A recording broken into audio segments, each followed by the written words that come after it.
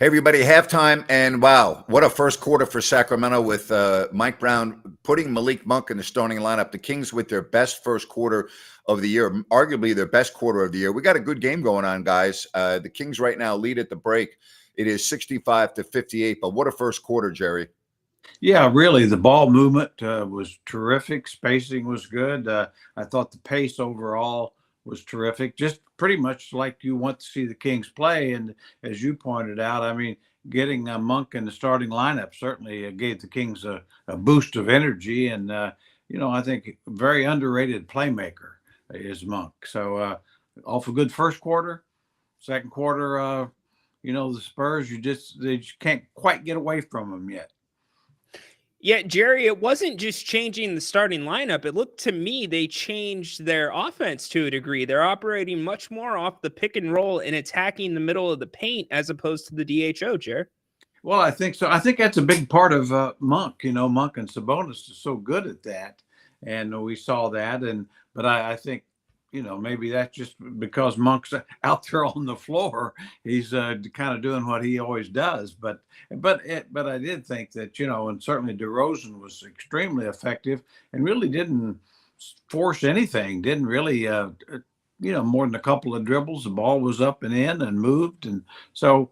Yeah, offensively, I just don't have any complaints here. I think the Kings hustled the Spurs, but with Wanyama, he's gonna protect the basket pretty well, and when he's making threes like that, they're gonna stay in the game. I know DeMar DeRozan looked 100%. He didn't look like he was having any issues at all, which is good to see. Yeah, he looked great, not only on the offensive end. How about the defensive end? A couple of huge takeaways, running the floor as well. That is the DeMar DeRozan that you want to see. Yeah, he just scores so effortlessly too. I thought, and then he had a couple of nice passes as well. So it's all good, but gotta have to go. And I tell you what, these Spurs, they're not going away. Victor Wembanyama, Jerry, he's so unique. We've never quite seen a player like him. And to think about how young he still is, if he stays healthy, he can flat out own this league. Well, he could be one of the all-time greats, but really what he's got to do is what any great player is supposed to do: start winning more games. Now, they're doing it this year, and that's the key for him. In other words, I think you need to see him really produce more in the low post, actually. The fact he can make threes, and he's certainly a defensive factor with the shot blocking. But at some point, he can't just be a 7'4" guy floating around shooting perimeter shots. Ryan Harrison-Barnes back wearing a Spurs uniform. Really did not play that well. Was only 1 of 5 in that first half. Yeah, not much of an effort to get him involved. He was chippy, trying to make some stuff happen down low, getting his hands on balls. But DeMar DeRozan got the better of that matchup, definitely in the first half. But watch out, HB is HB, coming off the Western Conference Player of the Week, gentlemen. Yeah, that's pretty impressive. I think the Kings are feeling it right now. They know where they're at. How about Houston beating Oklahoma City earlier? I mean, and that's who the Kings play next. The Rockets right now are playing as well as anybody in the West. Yeah. We've talked about this for a couple of weeks, Grant, as you know, Rhino, but Houston, I mean, they're for real. They're not going away, and they may very well. Right now, I think they probably are the second best team in the West. I still would put Oklahoma City first, but they're a real threat, as is Memphis, by the way. I think they're getting there too. But so.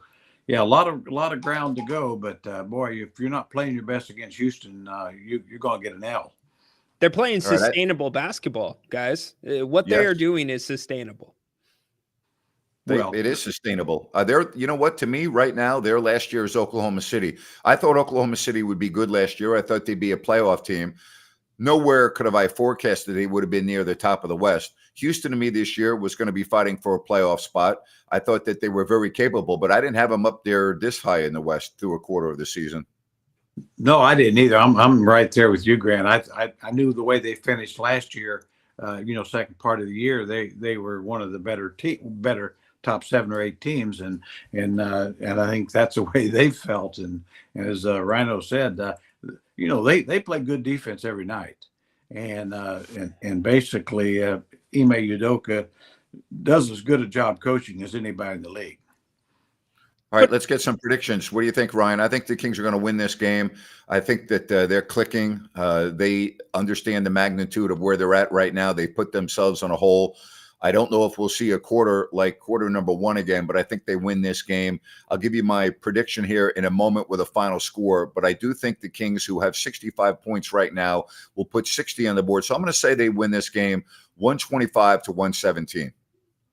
Okay, I'm going to say the Kings win this one 121-109 on the back of transition and turnovers. 15 points off of the turnovers already, and San Antonio does not like pace. Jerry? Well, I like the Kings' chances too. They just keep playing like they're playing. I think it'll slow down a little. I think it'll be 119-114 Kings. And let's understand that the Grizzlies also won earlier, 136-121.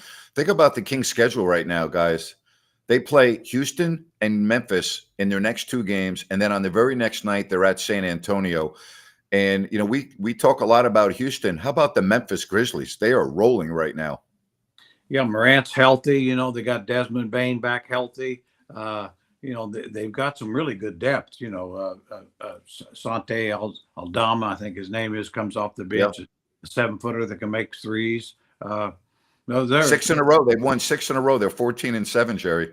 Yeah, and you know Marcus Smart's healthy, and you know he's not starting, but he's still a player, and you know a winner. And so yeah, I think those guys, Memphis and Houston, are the two teams they may be the version of New Orleans and Oklahoma City this year. Memphis's net rating 8.6, Houston's 8.5, second and third in the Western Conference. All right, guys, before we wrap this up, Jerry, let's give me the one key for this second half for Sacramento. I'm going to say assist to turnover ratio. I'm going to look at that in this third and fourth quarter. What do you say? That's exactly what I was going to say. I would say great minds think alike, but probably that's not the case with us. But yeah, it is definitely not the case. Assist to turnover ratio. And really, I just think the pace. The faster the pace, the better for the Kings. 3-pointers. If the Kings shoot over 43 pointers, they lose this game. All right. We'll see everyone after the game. Jerry, thank you very much. We'll talk to you at halftime of the Houston game. Appreciate you. Can't wait. For everyone Thanks, guys. Thank you. For everyone else, back here right after the game. Enjoy. Bye-bye.